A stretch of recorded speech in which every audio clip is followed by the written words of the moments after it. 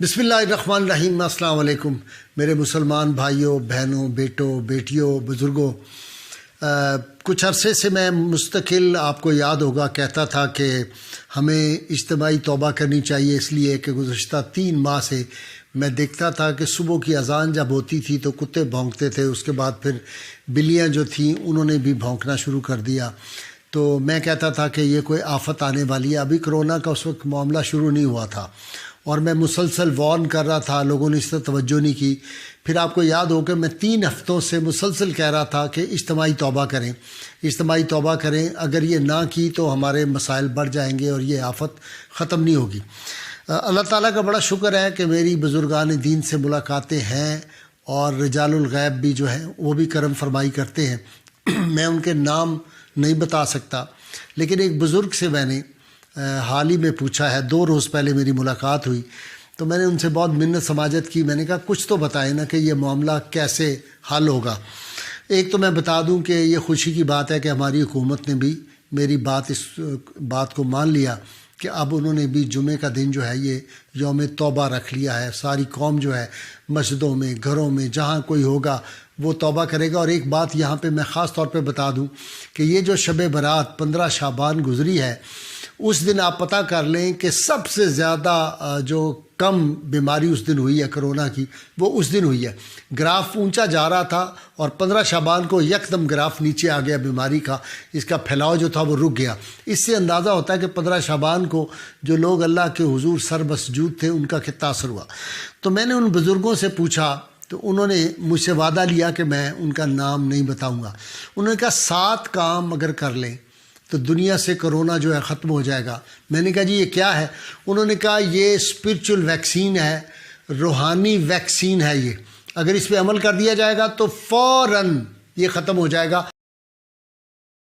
Vaccine دنیا سے ختم ہو جائے گا۔ میں نے کہا جی وہ فرمائیں۔ انہوں نے کہا وہ 7 چیزیں ہیں اور یہ لوگوں تک پہنچا دیں، وہ میں آپ سب حضرات کی خدمت میں پیش کر رہا ہوں۔ پہلی بات انہوں نے یہ فرمائی کہ توبہ بھی تب قبول ہوگی جب پہلے روضہ نبوی صلی اللہ علیہ وسلم کے قریب جو باب بقی ہے، جو جنت البقیع کی طرف کھلتا ہے، اس کے 7 دروازے کے باتھ روم بنا دیا گیا ہے۔ انہوں نے کہا فوری طور پہ اس کو گرا دیا جائے۔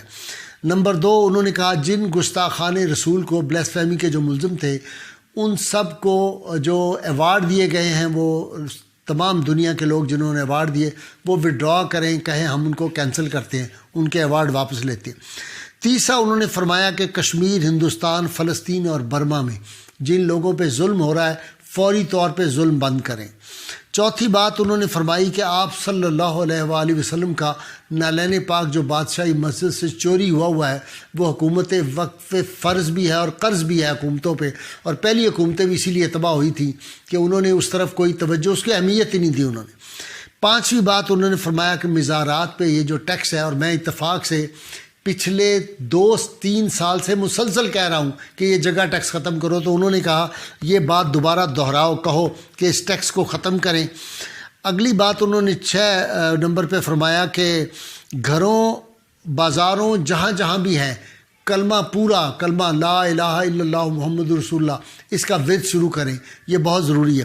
7ویں بات انہوں نے فرمائی ہے کہ گھروں، دفتروں، دکانوں، جہاں جہاں کوئی عمارت ہے اس کے باہر لکھیں الملک للہ، اور انہوں نے فرمایا اگر یہ کام جمعے تک کر لیں تو جمعے کے روز ہی پوری دنیا سے یہ کرونا وائرس ختم ہو جائے گا۔